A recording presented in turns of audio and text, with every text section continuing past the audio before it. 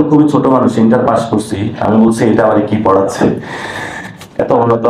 এটা হলো প্রাচীন যুগে মনে হয় রাজারা এভাবে চুরি করতো। তো আমাকে একজন বললো এটা চুরি পড়ানো হচ্ছে তোমাকে, এটা খুবই একটা অলংকার জিনিস, কিন্তু খোলার সময় মনে হচ্ছে পাটা চলে যাবে। এটা খুবই একটা কষ্টের জিনিস ডান নামে। এটা এটা সাপোর্ট করে না হিউম্যান রাইটস যে অর্গানাইজেশন গুলো আছে। আমরা চাচ্ছি এমন একটা শক্তিশালী রাষ্ট্র সংস্কারের প্রক্রিয়াতে, যেখানে পুলিশ ব্যবস্থাটা সংস্কার হবে, কারাগার সংস্কার হবে, সবকিছু ঠিক হবে।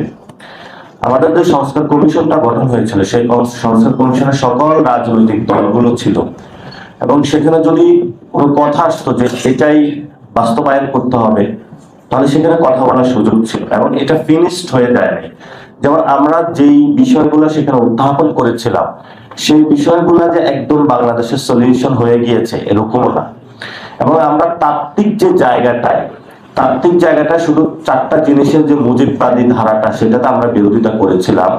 অর্থাৎ আমাদের যে মুক্তিযুদ্ধটা হয়েছিল, সাম্য, মানবিক মর্যাদা এবং ন্যায় বিচার, সেই তিনটা ধারার পরিবর্তে শেখ মুজিব রক্ষী বাহিনী গঠন করার পরে চারটা জিনিস ঢুকিয়ে দিয়েছিল, এবং পরবর্তীতে ওই চারটা জিনিসের উপরে জিয়াউর রহমান রাজত্ব করেছিলেন। ওই চারটা জিনিসের উপরে এরশাদ ছিলেন, খালেদা জিয়া ছিলেন, সবাই ছিলেন।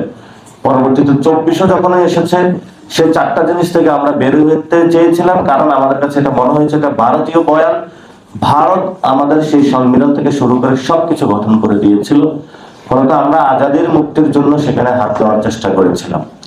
আপনারা খুবই স্পষ্ট দেখবেন 3 তারিখে যে দাবিটা দেওয়া হয়েছিল, আমরা শুধু শেখ হাসিনার পতন চাইনি। শেখ হাসিনা যদি আমরা পতন চাইতাম, তাহলে এটা অনেক ইজি ব্যাপার ছিল। আমরা চেয়েছিলাম তাহলে আমাদের রাজনীতিতে আসার প্রয়োজন ছিল না, হয়তো এখন চাকরি করতাম বা সমাজের অন্য কোনো কাজ করতাম। আমরা খুবই দাবিটা দিয়েছিলাম একটা ফ্লেক্সিবিলি ব্যবস্থার বিলোপ এবং নতুন রাজনৈতিক বন্দোবস্ত। এখন নতুন রাজনৈতিক বন্দোবস্ততে নিউ সেটেলমেন্টের জায়গায় অনেকের অনেক প্রপোজাল থাকতে পারে। আপনি একজন যদি আমাকে জিজ্ঞেস করেন মুসলিম হিসাবে তোমার প্রপোজাল কি, আমি তো বলবো তাহলে কোরআন। কিন্তু বর্তমান যে সিচুয়েশনে, এটা আপনারা ইস্তেহাদি করে যা আমাদের সমাধান দেন। যখন ইন্টারিম গভর্নমেন্ট ওই সময় ছিল, অভ্যুত্থানের পরে আমাদের মাথাটা পুরো দিন পাগল হয়ে গিয়েছিল। সুন্নি ভাইয়েরা বললো যা ওনারা একদিকে যাবেন, কওমি ভাইয়েরা বললো একদিকে যাবেন, আহলে হাদিস ভাইয়েরা বললেন একদিকে যাবেন। ওটা স্টেটের জায়গা থেকে যখন ম্যানেজমেন্ট করা হয়, মানে এটা খুবই কেমন যেন একটা সিচুয়েশন হয়ে যায়। কোনো জায়গায় আমরা একটা ম্যাচ করতে পারি না। যেমন চিত্তরঞ্জন হলো দুই গ্রুপ মারামারির অবস্থানে চলে গেছে। আমি সারা রাত জেগে আছি কিভাবে মারামারিটা বন্ধ করবো। কোনো পক্ষে কারো হাতে লাঠি, যেভাবে হোক, প্রত্যেকের একটা জায়গা আছে, এবং এই জায়গাটা হলে একসাথে আসা যায় না।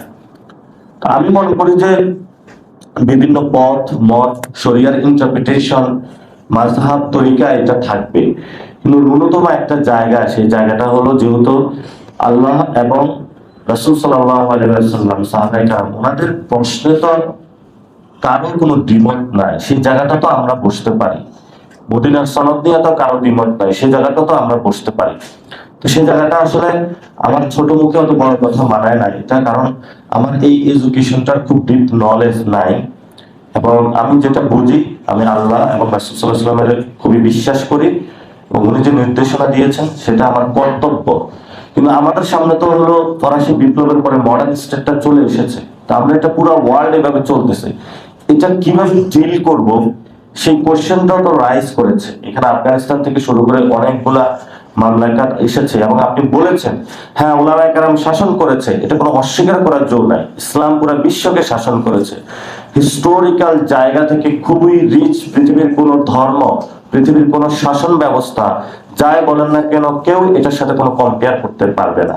বর্তমানে আমরা যা বিশ্বের শাসন ব্যবস্থা দেখি না কেন, তো সেই জায়গাটা আমরা এখন কেন পাচ্ছি না, সেই বিষয়টা আপনারা সমাধান করবেন।